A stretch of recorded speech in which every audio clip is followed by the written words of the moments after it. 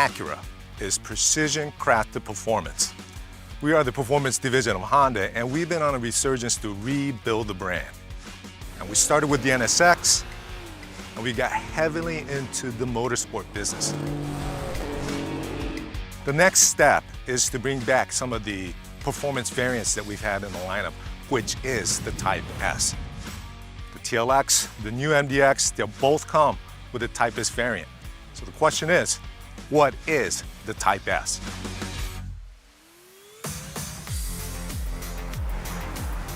From an R&D perspective, it is obviously a sports variant. When you create a Type S, first thing you have to do is you have to put it through a filter of stop, go, and turn. Everything has to be better in all three of those, and you up the game. Does it get more horsepower? Does it get stiffer suspension? All of those things get put into play to make the car more sporty. Originally, we said it had to be a minimum of 30 horsepower. Then we realized 30 horsepower more for an RSX is not the same as 30 horsepower more for a CL. So we came up with a ratio and number to help us figure out what does it need to be in terms of measurable go-stop turn performance. What's the number of horsepower? What's the difference in pounds per foot of torque? What's the difference in braking distance? And that dictates the hardware. But then there's also this emotional connection where it has to be things that people can really buy into.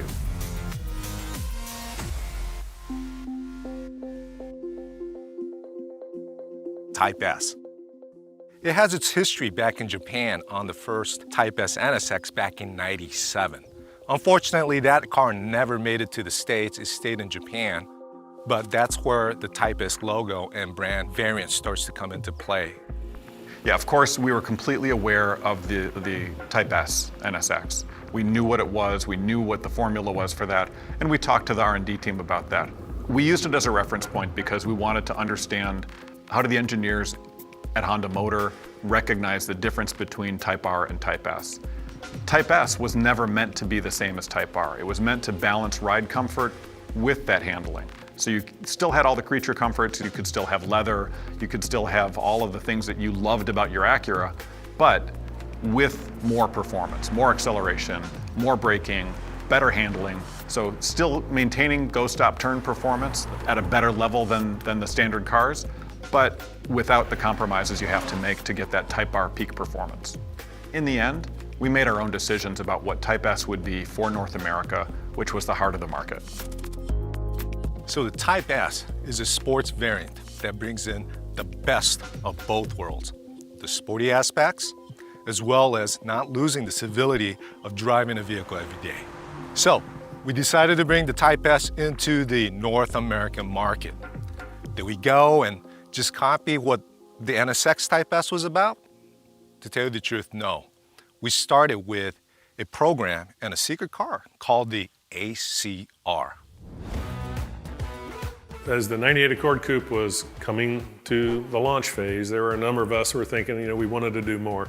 So we proposed, well, let's make a one-off. Let's make a mule, let's make a prototype, let's make a show car.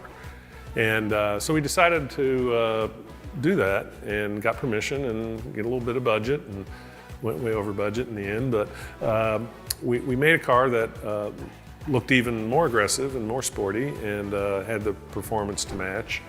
It became a tool for us to then consider what would we do with the next generation Acura CL. The ACR that Eric had overseen the build of in Ohio, the first time Eric put me behind the wheel of it, I didn't understand how he was setting me up. It took a little bit of time before I really understood that that was his vision for what would become Type S. It helped us all shape our perception of the kind of performance cars we wanted to build with Type S. Everything about it just helped us all crystallize our thoughts on how the car should feel. Not the measurements, not the quantifiables, but just the feel and the reaction and how you interact with it. But I was also now getting farther down the planning pipeline for the 01 Acura CL. Because we had showed the ACR and gotten so many people kind of jazzed about, wow, that's really awesome. It really goes 166 miles an hour.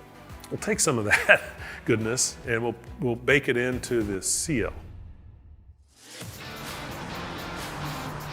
Well, at the time of the start of development for the Acura CL, second generation CL, we thought we only need a V6. So let's propose a V6 only lineup, an exclusive new development powertrain, new engine, higher output, and some other changes to define fundamentally for the first time the Type S. Very different than the NSX Type S that had debuted back in '97, which was basically taking things out to reduce weight.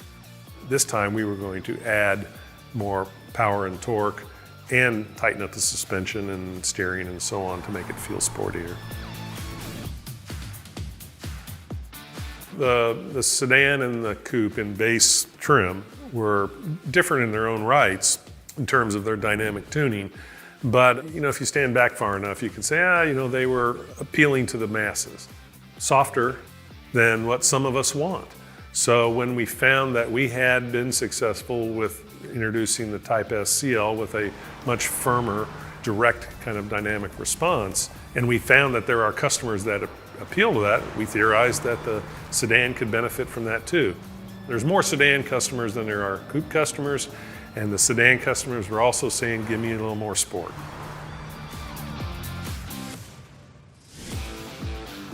R&D in North America and the R&D in Japan, of course, were linked. Any goodness that we see coming from them, or vice versa, you're free to take it. And whether that's the actual hardware or just the idea. So the RSX team, I think, saw the success of Type S and said, we've got to capitalize on that too. And then working with the product planning folks in North America, in both R&D and in sales, put together a set of specs that, I'll say hit the nail on the head. That was the fun one. This is for the kids in all of us. Now, the people who actually bought it really proved us right, because there were some buyers that skewed a little bit older, but a lot of them still have them today. They bought that car to hang on to because it's just for fun. RSX was definitely the wild child of the three.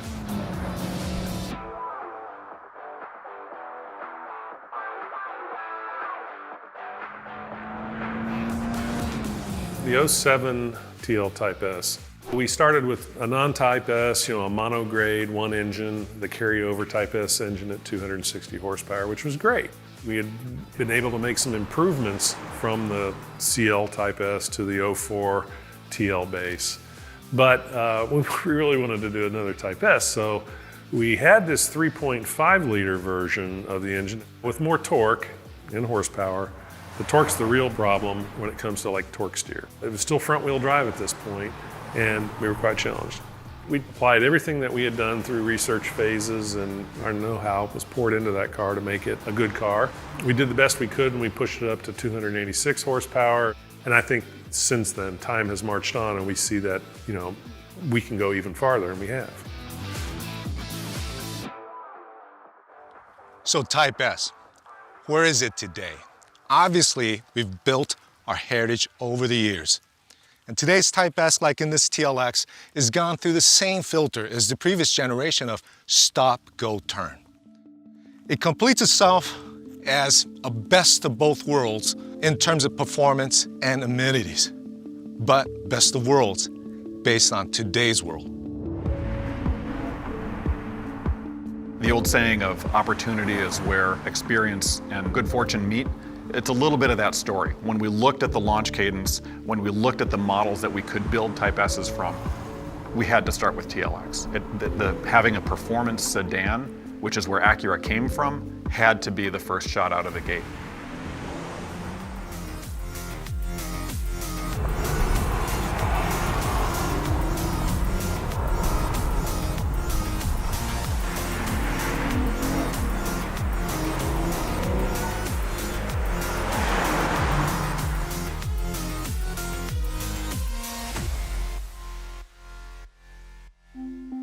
So what's next for Type S?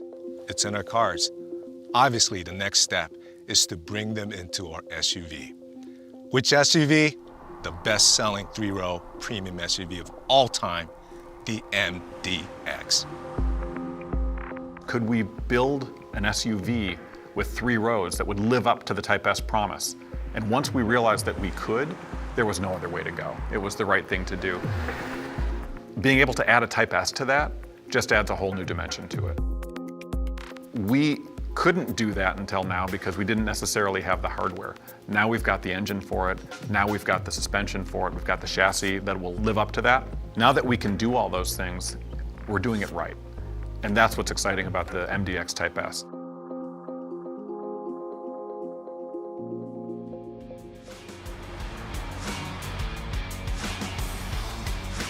When we talked about Type S from its origins, we wanted it to be a little bit more real. Not just performance for those that could afford something astronomical.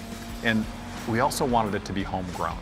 Type S, from its origins, was supposed to be more fun, but this generation of Type S models is specifically targeting the best performance on a track for that competitive set of vehicles, which means you can take it to a track, and the brakes will hold up, and the engine will deliver. The other part of it is we make it for ourselves. We didn't go buy some performance tuner and try to mold them to our way of thinking. It was always our own original concept of what can we do to make this the most of that car that we can make.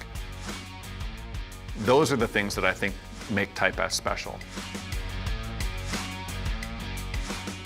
So we talked quite a bit about Type S, where it comes from, the heritage, the DNA, in the past, and how it represents itself in the new products like the TLX and the upcoming MDX. Type S is all about performance, and it is a big part of the precision-crafted performance narrative at Acura. And I can guarantee you, like in the past and now, it's going to be a big part of our future.